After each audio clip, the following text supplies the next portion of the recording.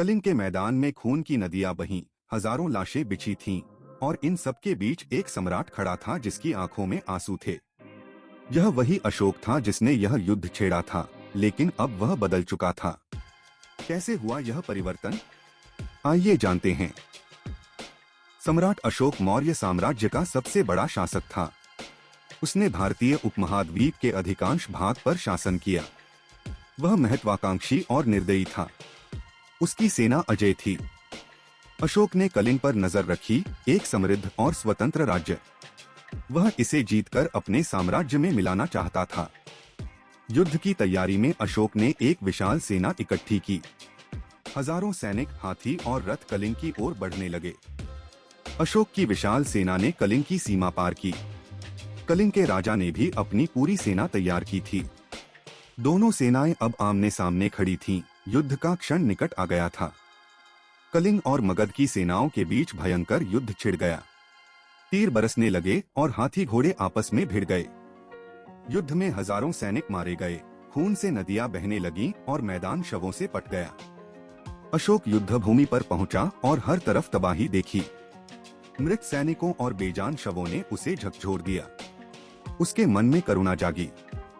हिंसा से मिली जीत पर अशोक को गहरा पश्चाताप हुआ। उसने युद्ध की निरर्थकता को समझा और मन में परिवर्तन आया। पश्चाताप से उबरकर अशोक ने बौद्ध धर्म की शिक्षाओं को सुना और अहिंसा का मार्ग अपनाया। सम्राट अशोक ने कलिंग युद्ध के बाद धम्म की घोषणा की, जो अहिंसा, सत्य और दया पर आधारित थी। उन्होंने हिंसा त्याग कर अहिंसा और करुणा का संदेश फैलाया। अशोक ने अपनी धम्म नीति के तहत मनुष्यों और पशुओं के लिए चिकित्सालय एवं जल सुविधाएं स्थापित की, जिससे सभी का कल्याण हुआ। अशोक ने सभी जीवों से प्रेम किया। उसने पशुबलि पर प्रतिबंध लगाकर वधशालाएं बंद करवाईं और अहिंसा का संदेश फैलाया। अशोक ने सड़कें बनवाईं, पेड़ लगवाए और बावड़ियां खुदवाईं, जिससे प्रजा को सुविधा मिली। अशोक ने अपने धम्म के सिद्धांत पत्थरों और स्तंभों पर खुदवाए। ये अभिलेख पूरे भारत में फैल गए, उनका संदेश सब तक पहुंचाने के लिए।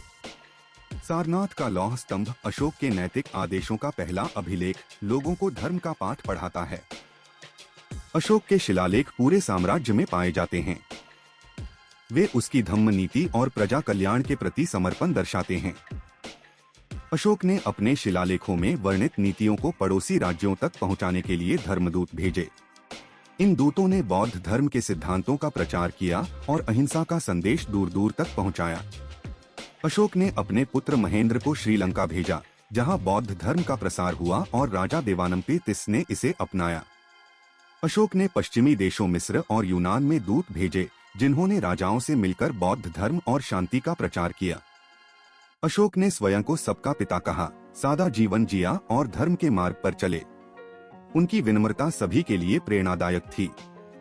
अशोक ने प्रियदर्शी उपाधि धारण की, जिसका अर्थ है सबका प्रिय। यह उपाधि उनकी लोकप्रियता और जनता से जुड़ाव को दर्शाती है। अशोक ने अपने अंतिम वर्षों में शांति मार्ग अपनाया और बौद्ध भिक्षुओं को संरक्षण दिया। उनका निधन 232 ईसा पूर्व में हुआ। 232 ईसा पूर्व में महान सम्राट अशोक का निधन हुआ। उनके बाद मौर्य साम्राज्य धीरे धीरे अपने पतन की ओर बढ़ा। अशोक के स्तंभ और चक्र आज भारत के राष्ट्रीय प्रतीक हैं, जो उनकी विरासत को जीवित रखते हैं। भारत के ध्वज में यह अशोक चक्र धम्म के चक्र का प्रतीक है, जो सत्य और अहिंसा की ओर अग्रसर रहने की प्रेरणा देता है। अशोक के अहिंसा और शांति के सिद्धांत आज भी प्रासंगिक हैं, विश्व नेताओं और शांति आंदोलनों को प्रेरित करते हैं। अशोक का मानवीय चेहरा कलिंग युद्ध के बाद उभरकर सामने आया। युद्ध की भयावहता ने उन्हें करुणा और अहिंसा का पथ दिखाया। उन्होंने सिद्ध किया कि सच्ची विजय मनुष्यता में है।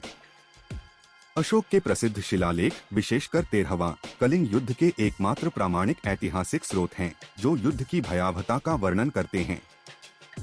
अशोक का साम्राज्य भारत, पाकिस्तान, अफगानिस्तान और बांग्लादेश तक विस्तृत था। यह विश्व के सबसे बड़े साम्राज्यों में से एक था। कलिंग के मैदान में अशोक ने सीखा कि विजय का अर्थ विनाश नहीं, मानवता की सेवा है। उनका अहिंसा का संदेश आज भी प्रेरित करता है। कलिंग युद्ध के भयानक नरसंहार ने अशोक को हिंसा से मोहभंग कर दिया। उन्होंने बौद्ध धर्म अपनाकर अहिंसा और करुणा का मार्ग चुना। धम्म की नीतियों से उन्होंने एक न्यायपूर्ण और दयालु शासन स्थापित किया। आज उनके स्तंभ और चक्र हमें उनकी विरासत की याद दिलाते हैं। अशोक की यह कहानी हमें सिखाती है कि बदलाव संभव है, चाहे कितना भी बड़ा अतीत क्यों न हो। अगर यह वीडियो आपको प्रेरित करता है तो इसे लाइक करें, अपने दोस्तों के साथ शेयर करें और ऐसी ही प्रेरक कहानियों के लिए चैनल को सब्सक्राइब करें।